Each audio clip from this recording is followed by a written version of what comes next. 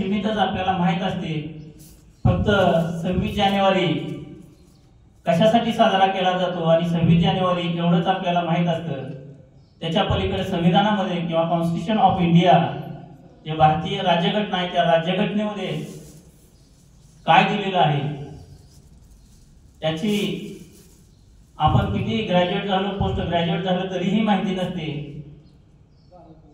त्याच्यामुळं खरं तर या संविधानाचा जागर तळागाळापासून जर माहिती होत गेली तर त्याचा फायदा सर्वांनाच होईल आणि संविधान काय आहे, संविधानानं आपल्याला कुठले हक्क अधिकार कर्तव्य दिलेले आहेत ते पण माहिती होईल. यासाठी खरं तर हा आमचा या आयोजन कमिटीचा संविधान जागर समितीचा हा एक छोटासा उपक्रम आहे. अशा पद्धतीची पार्श्वभूमी आता मी सांगितली. यानंतर मी व्यासपीठावरील प्रमुख पाहुण्यांना विनंती करतो की आपल्या शुभ हस्ते आपण दीप प्रज्वलन करून या कार्यक्रमाची सुरुवात करायची आहे. प्रमुख पाहुण्यांना पुन्हा एकदा विनंती, आपण दीप प्रज्वलन करण्यासाठी समोर यायचं आहे.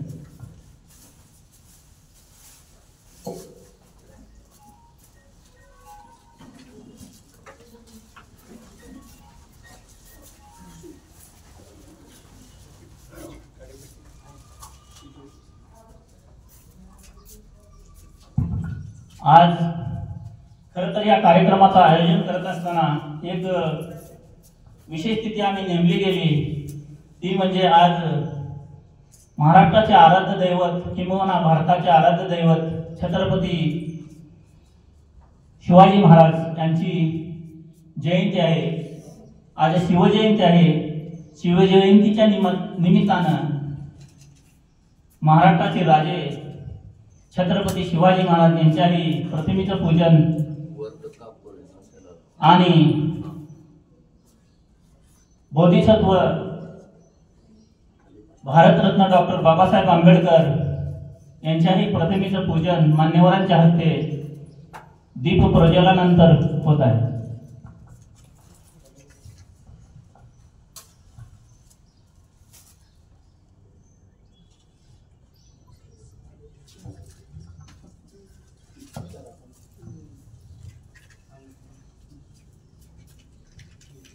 मेन प्रत्येक आहे मॅम ती मिसप्लेस झाली. ठीक आहे, मिसप्लेस झाल्या म्हणून थोडंसं ठीक आहे.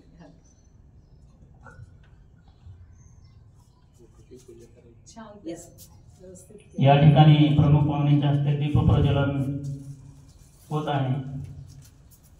प्रमुख पाहुण्यांनी आम्हाला एक सूचना केली, विनंती वजा या आम्ही जरूर विचारात घेऊ, पण किंबहुना मी दिलगिरी व्यक्त करतो आमची मेणबत्ती थोडी मिस झाली.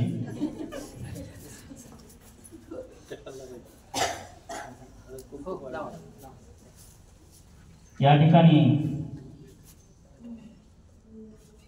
परमपूज्य बोधिसत्व डॉक्टर बाबासाहेब आंबेडकर यांच्या प्रतिमेचं पूजन होत आहे. त्याचबरोबर महाराष्ट्राचे जाणते राजे, महाराष्ट्राचे आराध्य दैवत शिव छत्रपती यांच्याही प्रतिमेचे पूजन शिवजयंतीच्या निमित्तानं होत आहे, मान्यवरांच्या वतीनं होत आहे.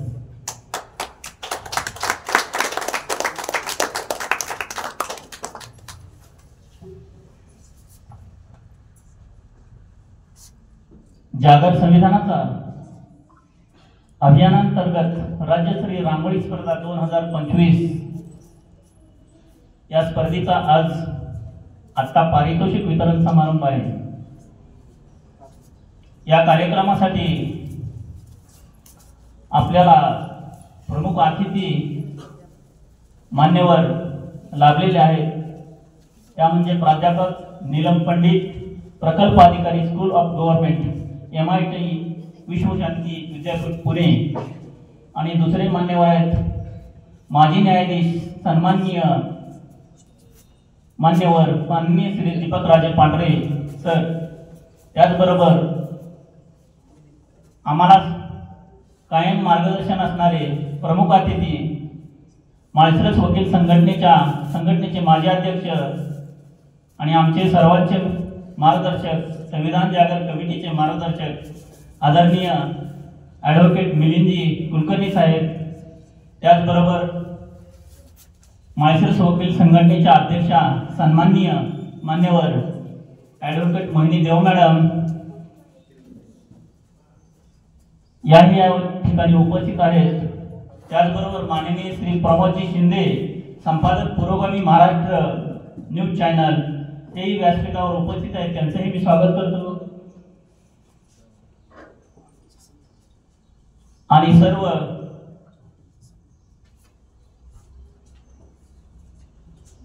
स्माईल FM चे हेड सन्माननीय शंकरजी बागडे सरांना मी विनंती करतो त्यांनी व्यासपीठावर यायचं आहे.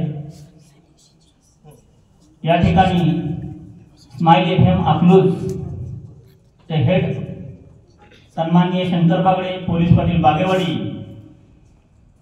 हेही या ठिकाणी उपस्थित आहेत. त्यांचंही मी स्वागत करतो. आणि त्यांनी स्टेजवर स्थानापन्न व्हावं. यानंतर उपस्थित मान्यवरांचा आपल्या रूढी प्रथेप्रमाणे आतिथ्य करणं महत्त्वाचं असतं. सन्मानित करणं हेही तितकंच महत्त्वाचं असतं. म्हणून आत्ता अतिथीगणांचं आत्ता सन्मान होत आहे.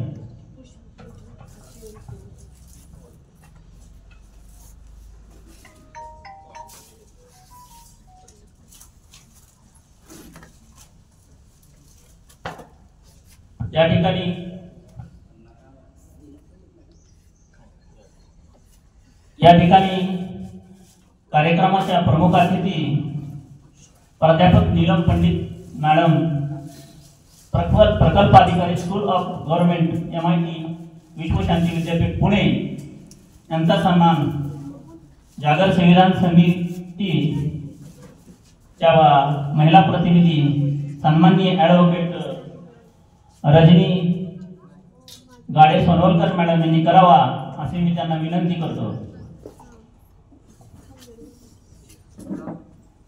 सदर सन्मानाचा स्वीकार प्रमुख अतिथी सन्माननीय नीलम पंडित मॅडम यांनी स्वीकार करावा अशी मी त्यांना विनंती करतो. या ठिकाणी सन्माननीय नीलम पंडित मॅडम यांचा ॲडव्होकेट रजनी गाडे मॅडम यांच्या शुभ हस्ते सन्मान संपन्न होत आहे.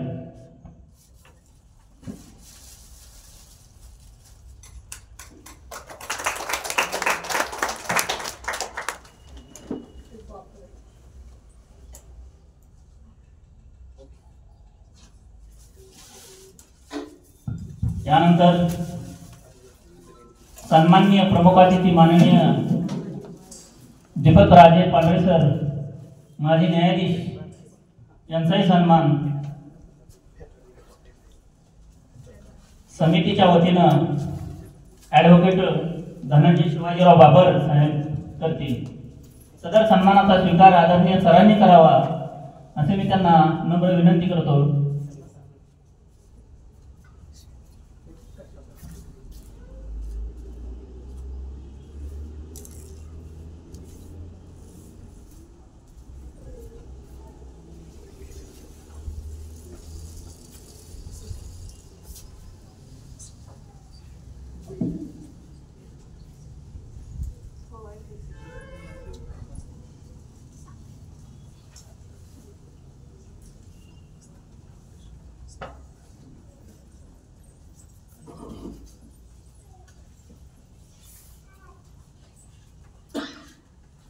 या ठिकाणी उपस्थित असलेल्या सर्व मान्यवरांचं मी पुन्हा एकदा सहर्ष स्वागत करतो.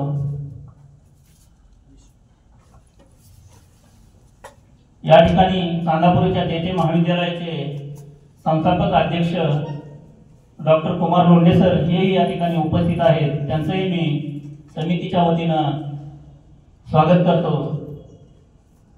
त्याचप्रमाणे बाळासाहेब भागवत भोसले सर सासवड मॉडेल वेदांगी प्रशाला माळीनगर निवृत्त शिक्षक यांचंही मी या ठिकाणी स्वागत करतो. यानंतर प्रमुख अतिथी माननीय ॲडव्होकेट मिलिंदजी कुलकर्णी सर यांचाही सन्मान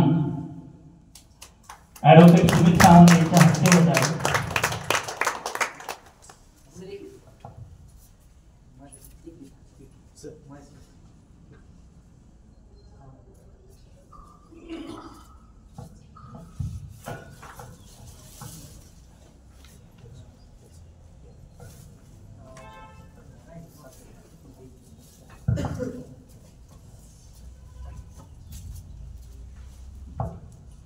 आमच्या समितीचे मार्गदर्शक माळशिरस सुधारचे माजी अध्यक्ष सन्माननीय मान्यवर ॲडव्होकेट मिलिंदजी कुलकर्णी सर यांचा सन्मान ॲडव्होकेट सुमितजी सावंत सर करीत आहेत. सरांना विनंती आहे या सत्काराचा आपण स्वीकार करावा. जागर संविधानाचा अभियानांतर्गत जी कमिटी आहे आमची, त्या कमिटीला वेळोवेळी कायमचं मार्गदर्शन कुलकर्णी सर आमचे करत असतात. त्यांचं आम्हाला मार्गदर्शन हे नेहमी लाभत असतं. अशा सन्माननीय मान्यवर मिलिंदजी कुलकर्णी सरांचा सत्कार या ठिकाणी सुमितजी सावंत हे करीत आहेत.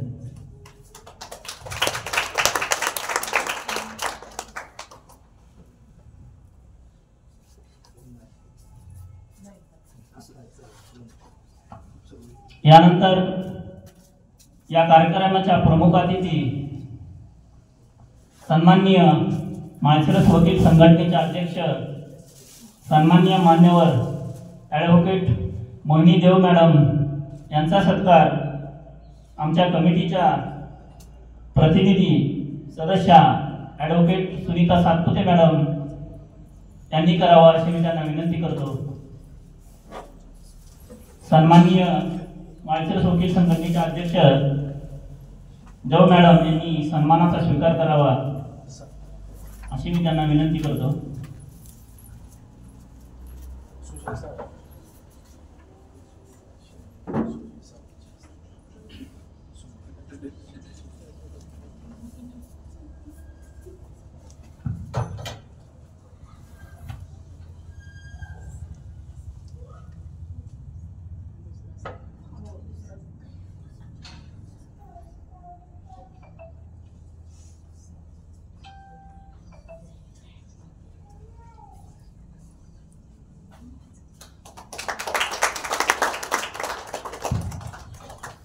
यानंतरचे प्रमुख अतिथी आहेत अकलूज स्माईल FM चे हेड आणि बागेवाडी गावचे पोलीस पाटील सन्माननीय मान्यवर श्री शंकरजी बागडे साहेब यांचा सत्कार ॲडव्होकेट सुयश सावंत साहेब यांनी करावा अशी मी त्यांना विनंती करतो.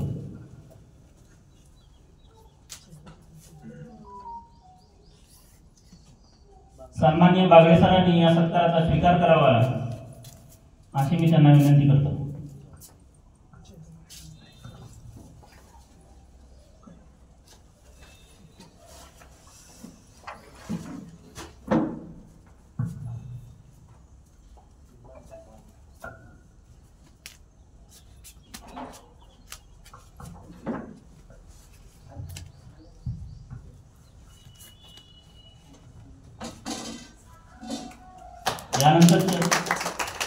यानंतर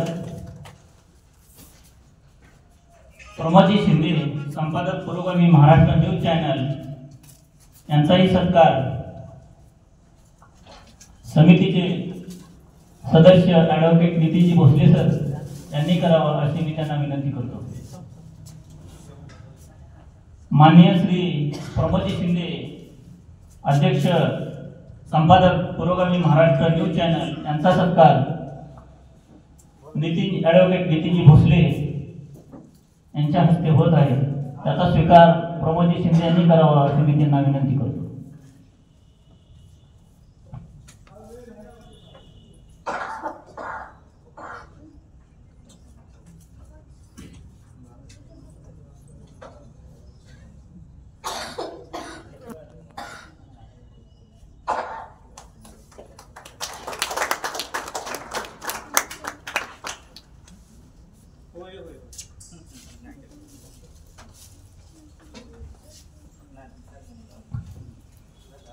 मान्यवरांचे सत्कार संपन्न झालेले आहेत. या ठिकाणी जागर संविधान या अभियानांतर्गत राज्यस्तरीय रांगोळी स्पर्धा 2025 पारितोषिक वितरण समारंभ आज आयोजित केलेला आहे. त्याबाबत सन्माननीय ॲडव्होकेट धनंजय शिवाजीराव बाबर हे थोडक्यात आपले प्रास्ताविक व्यक्त करीत आहेत.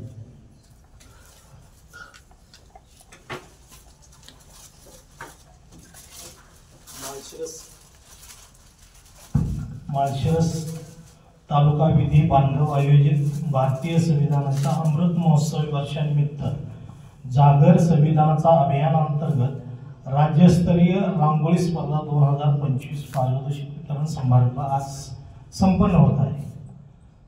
तर सगळ्यात महत्त्वाचं की आपल्या ह्या गेले आता पहिलं वर्ष होतं ते आम्ही वक्तृत्व स्पर्धा आयोजित केली होती आणि आता हे जी दुसऱ्या वर्षात जे आपण एक रांगोळी स्पर्धा आयोजित केली आणि मला बऱ्याचशा लोकांनी फोन करून विचारलं की वकील साहेब रांगोळीचा आणि ह्या संविधानाचा काय संबंध.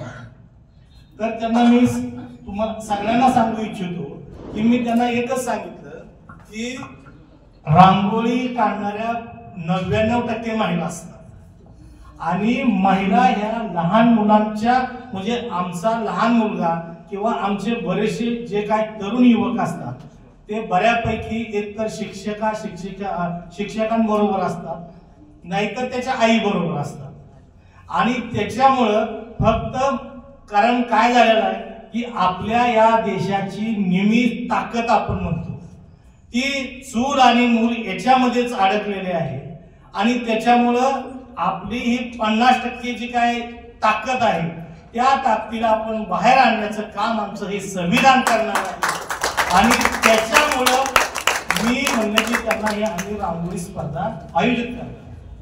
तर दादा हे सगळं झाल्यानंतर प्रश्न निर्माण झाला तर या रांगोळी स्पर्धेला जागा कुठं बघायचं. मग आम्ही सातपुते मॅडमला म्हणले की बाबा असं असं आहे. सातपुते मॅडम म्हणल्या मी दादांना विचारते. मग दादांना विचारल्यानंतर दादाने एकही क्षण न हे करता म्हणजे विचार न करता आम्हाला हे त्यांचं हायस्कूल कॉलेज अवेलेबल करून दिलं आणि ह्या रांगोळी स्पर्धेचं नियोजन केलं. त्याच्यामध्ये आम्हाला 3 बक्षीस होती. त्यामधलं पहिलं बक्षीस आमचे बाळासाहेब भोसले यांनी दिलं. दुसरं बक्षीस नितीन जाधव तलाठी साहेब आणि तिसरं बक्षीस त्यांच्या सहकार्याने दिलं. तर अशा आम्हाला बक्षीसही दिली आणि आम्ही हे जे काम आहे ते केवळ आणि केवळ हे संविधान आपल्या तळागाळात गेलं पाहिजे, सर्व जनतेला समजलं पाहिजे, सामान्य जनतेला समजलं पाहिजे. हा फक्त आमचा हेतू आहे. ह्याच्यामध्ये दुसरा कुठलाही हेतू नाही एवढं सांगू इच्छितो. आणि मला इथं संयोजकांनी संधी दिली आणि सगळ्यात महत्वाचं की मी मॅडमचं पंडित मॅडम जे आहेत निलिम पंडित तर त्यांचं मी विशेषतः आभार मानतो की आपले जे पहिले वक्ते होते प्रमुख पाहुणे होते ते अनिल कुमार बस्ते म्हणून आपल्या औरंगाबाद हायकोर्टचे ज्येष्ठ वकील होते परंतु त्यांचा अचानकपणे त्यांना येता आलं नाही आणि मग मी रात्री 9:30 मॅडमना फोन केला की असा असा विषय आहे आणि तुम्हाला यावं लागतं. काही क्षणाचाही न विलंब करता मॅडम आल्या. त्याबद्दल पुन्हा एकदा मी मॅडमचं विशेष आभार मानतो आणि या संविधान जागरण समितीचं मी पुन्हा एकदा सर्व कार्यकर्त्यांचा आभार मानतो आणि माझं प्रास्ताविक थांबवतो. एवढं बोलतो कारण मला स्टेजवर बोलायची सवय नाही, कोर्टात बोलतो, पैशावर बोलायची पण आज मी मोफत बोलतोय. तर पुन्हा एकदा सर्वांचा आभार मानतो आणि मला संयोजकांना जी काय बोलण्याची संधी दिली ते त्यांचं बी आभार मानतो आणि पुढचा कार्यक्रम सुरू. खरं तर आज शिवजयंती आहे. महाराष्ट्राचे आराध्य दैवत छत्रपती शिवाजी महाराज यांची जयंती आहे. त्या जयंतीच्या निमित्तानं आता मी मनोगताला मान्यवरांच्या मनोगताला सुरुवात करतोय. तत्पूर्वी शिवजयंतीच्या निमित्तानं एक छोटासा मान्यवर इथं उपस्थित आहे, चिरंजीव जय भारत सरकार. त्याला मी विनंती करतो की आपण शिवजयंतीच्या विषयावर आपलं मत व्यक्त करावं.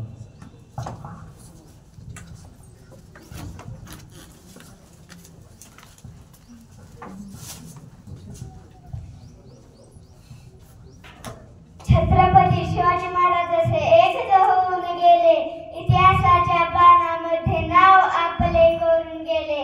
सर्वांना माझा नमस्कार. माझे नाव जय भारत गोरवे सरकार. मी आज तुम्हाला छत्रपती शिवाजी महाराजांचे भाषण सादर करून दाखवित आहे. आज 19 फेब्रुवारी, आज आपण छत्रपती शिवाजी महाराजांची जयंती साजरी करीत आहोत. छत्रपती शिवाजी महाराजांचा जन्म 19 फेब्रुवारी 1630 रोजी शिवनेरी किल्ल्यावर झाला. छत्रपती शिवाजी महाराजांच्या आईचे नाव जय भारत जिजाबाई व वडिलांचे नाव शहाजीराजे भोसले होते. छत्रपती शिवाजी महाराजांनी अफजल खान, शाहिस्ते खान, औरंगजेब अशा बलाढ्य शत्रूंचा पराभव केला. छत्रपती शिवाजी महाराजांनी मराठी साम्राज्याची स्थापना केली. छत्रपती शिवाजी महाराजांनी रयतेसाठी अनेक लोककल्याणकारी योजना आणल्या. थोर महात्मे होऊन गेले, चरित्र त्यांचे बाजरा. आपली त्या समूहावे हाच सापडे बोध खरा. हे म्हणून मी माझे भाषण संपवतो. जय हिंद, जय महाराष्ट्र.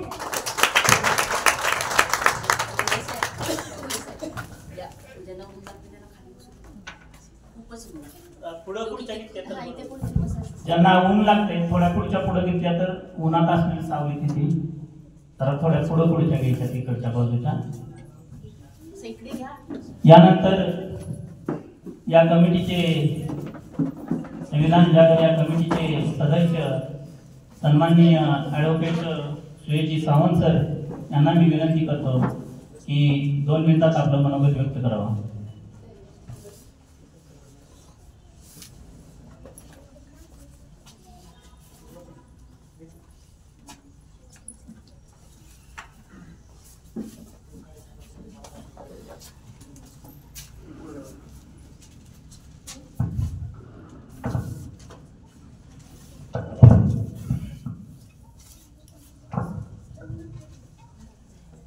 आदरणीय व्यासपीठावरील सर्व मान्यवर, भारतीय संविधानाच्या अमृत महोत्सवी वर्षानिमित्त जागर संविधानाचा अभियानांतर्गत राज्यस्तरीय रांगोळी स्पर्धा 2025 चे आयोजन आज आपण केले. आपल्या भारतीय संविधानामध्ये सेपरेशन ऑफ पॉवर केलेलं आहे, म्हणजे एक्झिक्युटिव्ह पॉवर, लेजिस्लेटिव्ह पॉवर आणि ज्युडिशियल पॉवर असं त्याचं सेपरेशन केलेलं आहे, वर्गीकरण केलेलं आहे. ते असं का केलेलं आहे? याला कारण म्हणजे लॉर्ड ॲक्टन यांचं एक वाक्य आहे, power tends to corrupt absolute power corrupt absolutely. म्हणजे सत्ता भ्रष्ट करते आणि पूर्ण शक्ती पूर्णपणे भ्रष्ट करते. जर सगळ्या पॉवर्स एकाच्याच हाती दिल्या तर तो त्याचा गैरवापर करू शकतो. म्हणून आपल्या भारतीय संविधानामध्ये सेपरेशन ऑफ पॉवर केलेला आहे. भारतीय संविधानामध्ये जर दुरुस्ती करायची म्हटली तर तो अधिकार हा संसदेला दिलेला आहे. पण संसदेने एखादी घटना दुरुस्ती केली आणि ती जर संविधानातल्या तरतुदीशी विसंगत असेल, जर आपल्या फंडामेंटल राईट्सला व्हायलेट करत असेल, तर अशी दुरुस्ती आणून पाडण्याचं किंवा आपण वाईट डिक्लेअर करण्याचा जो अधिकार आहे तो सुप्रीम कोर्टला दिलेला आहे. ज्याला आपण ज्युडिशियल रिव्ह्यू असं म्हणतो, जे कलम 13 मध्ये आपल्या संविधानामध्ये दिलेलं आहे. तर तुम्हाला काय वाटतं, आपल्या संविधानामध्ये खासदार, आमदार, पंतप्रधान, मंत्री होण्यासाठी उच्च शिक्षणाची अट का नसेल? म्हणजे ज्याने UPSC क्रॅक केलेले आहे तोच प्रधानमंत्री बनू शकतो किंवा आमदार किंवा खासदार बनू शकतो, असं का नसेल? आपल्याला वाटतं ना, आपले जे राज्यकर्ते आहेत ते सगळे सुशिक्षित असावं, म्हणजे जास्त शिकलेलं असावं, असं का नाही आपल्या संविधानामध्ये? म्हणजे पूर्वीपासूनच का दिलेलं नाही? म्हणजे जे अंगठा छाप आहेत की असेच लोक आमदार वगैरे असे जाहीर का चालतात आपल्या संविधानामध्ये? तर त्यामागचं कारण असं आहे की ते आंबेडकरांची त्यामागची दूरदृष्टी अशी होती की जे सध्या मागासलेल्या प्रवर्गातील जे लोक आहेत ते शिक्षणापासून वंचित होते आणि एखाद्या समाजाचं, आपल्या देशाचं किंवा आपल्या एखाद्या मतदारसंघाचं जर हित करायचं असेल, चांगलं करायचं असेल, तर त्याला उच्च शिक्षणापेक्षा एक चांगला माणूस आवश्यक असतो. म्हणजे एखाद्या ह्याचं चांगलं करायचं असेल, उच्च शिक्षण जरी असला तरी आपण बघत असतो की बऱ्याच वेळा लाचलुचपत प्रतिबंध कायद्याअंतर्गत त्यांचे छापेमारीमध्ये ते सापडत असतात, म्हणजे चुकीच्या पद्धतीने ते वागू शकतात. म्हणजे उच्च शिक्षण असलं म्हणजे चांगला माणूस करू शकतो, एखाद्या विकास करू शकतो असं नाही. म्हणून आपल्या भारतीय संविधानामध्ये तशी शिक्षणाची किंवा जे IAS IPS किंवा या लेवलची UPSC ची परीक्षा असेल त्या तशा लोकांची नियुक्ती कशी व्हावी असं काही नाही. तसंच आपल्या भारतीय संविधानामध्ये असे काही प्रोव्हिजन्स आहेत, जसे की आता कुठल्याही माणसाने गुन्हा केला असेल तर त्या गुन्ह्याची शिक्षा, मग तो कुठल्याही जातीचा कुठल्याही असो त्याला शिक्षा मिळते, त्याच्यावरून FIR वगैरे होत असतो. पण आपल्या भारतीय संविधानामध्ये कलम 161 नुसार आपल्या भारत देशाचे राष्ट्रपती असतील किंवा एखाद्या स्टेटचे राज्यपाल असतील, या लोकांना त्यांनी जर त्यांच्या कार्यकाळामध्ये कुठला जरी ऑफेन्स केला किंवा कुठला जरी गुन्हा त्याच्या हातून घडत असेल तरी त्यांना त्या गुन्ह्यासाठी त्यांच्या विरुद्ध त्यांच्या टेन्युअरमध्ये त्यांच्या विरुद्ध कुठल्या प्रकारची FIR किंवा त्यांच्या विरुद्ध कारवाई होऊ शकत नाही, किंवा कोणतेही कोर्ट त्यांना त्या गोष्टीसाठी त्यांना नोटीस किंवा जाब विचारू शकत नाही. हे असं का आहे? तर त्यासाठी लॅटिन मॅक्सिम आहे, the king cannot do wrong. म्हणजे कोणताही राजा चुकीचं कधी वागू शकत नाही. तर जसं आपल्या घरामध्ये एखादा मोठा माणूस असतो, तो जरी एखादं चुकीचं काम करत असेल तर तो घराच्या भल्यासाठी करत असतो. तसं आपल्या देशासाठी जर एखादं चुकीचं काम म्हणजे दुनियेच्या नजरेमध्ये ते चुकीचं असू शकतं, पण आपल्या देशासाठी ते चांगलं असू शकतं. असं सुद्धा काम करण्याची वेळ कधी कधी राष्ट्रपतीवरती येऊ शकते किंवा राज्यपालावरती येऊ शकते. त्यासाठी त्यांना ही अशी स्पेशल प्रिव्हिलेजेस दिलेले आहेत. एवढे बोलून मी माझे 2 शब्द संपवतो. जय हिंद, जय महाराष्ट्र.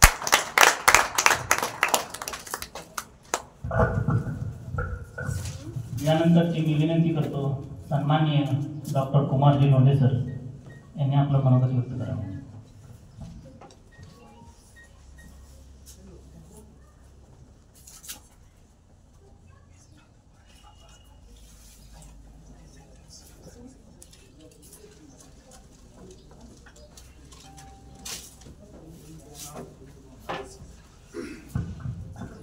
आज माळशिरसमध्ये जागर संविधानाचा म्हणजे वकील बांधवांनी आपण बघतो वकील हे कोर्टामध्ये प्रॅक्टिस करण्यात मग्न असतात. जसं आमच्या मगाशी वकील बांधवांनी सांगितलं, बाबर वकिलांनी आणि आता वकील मित्रांनीही सांगितलं, पण वकील असे कार्यक्रम ऑर्गनाईज करण्यामध्ये कधीच पुढाकार घेत नाही.